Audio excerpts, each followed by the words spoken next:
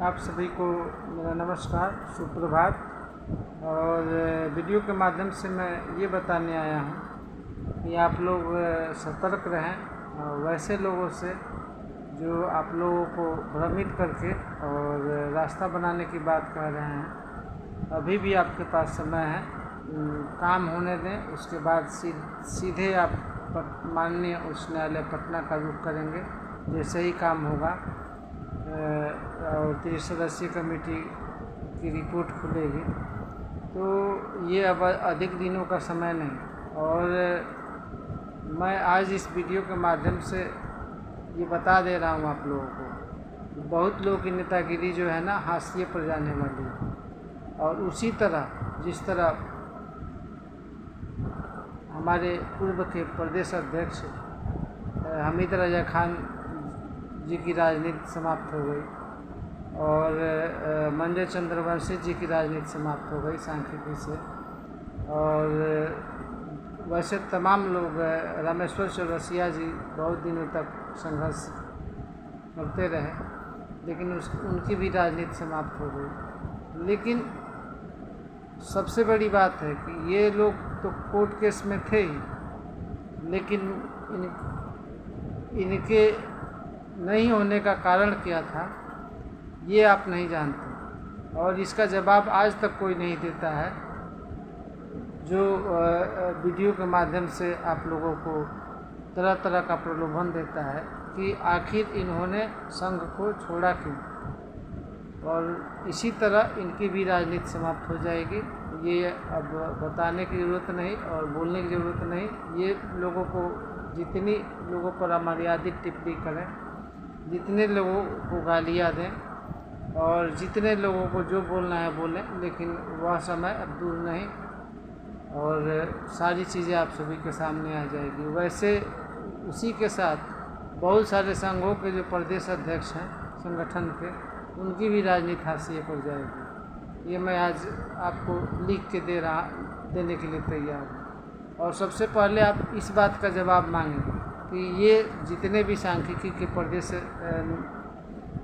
अध्यक्ष थे या संगठन के जिम्मेदार पद पर थे और उन्होंने इसका परित्याग क्यों किया और उन्होंने आपका साथ क्यों छोड़ा।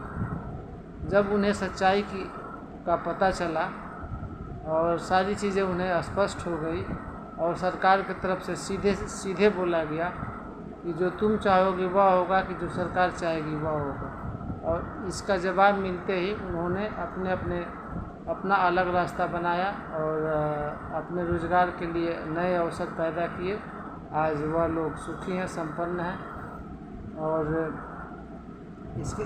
इस बात की मुझे खुशी है कि कम से कम इसकी जानकारी मिलने के बाद वह अपने रास्ते को अलग करके कम से कम नए रोज़गार का सृजन करके और अपना परिवार चला रहे हैं, और इस बात की मुझे बहुत खुशी है। लेकिन ये बात जिनको मालूम है, अब पता नहीं बाकी लोगों को मालूम है कि नहीं मालूम है कि उन्होंने क्यों छोड़ा, लेकिन आप ये जान लें जबकि केस में वह भी थे, काम उन लोगों ने भी किया। अब कारण क्या था ये आप उस व्यक्ति से पूछें जो विधि पूर्वक तर्क संगत और जो जुमला होता है उस जुमले को बार बार अपने ऑडियो वीडियो के माध्यम से उनके द्वारा बोला जाता है, तो उसका जवाब उनसे पूछे कि आखिर उन लोगों ने इसको छोड़ा क्यों और आपको इस मझधार में छोड़कर गए क्यों। अगर जवाब नहीं मिलता है तो आप लोग की आदत बन गई है कि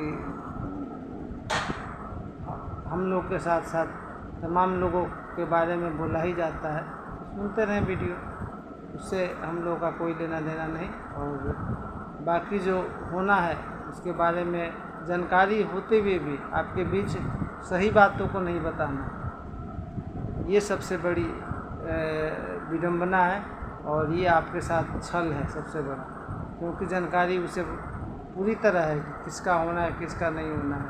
लेकिन वह जुमला पढ़ के आप लोगों के बीच भ्रम की स्थिति पैदा करता है, और ताकि उसका परिवार चलता रहे और सहयोग राशि आती रहे।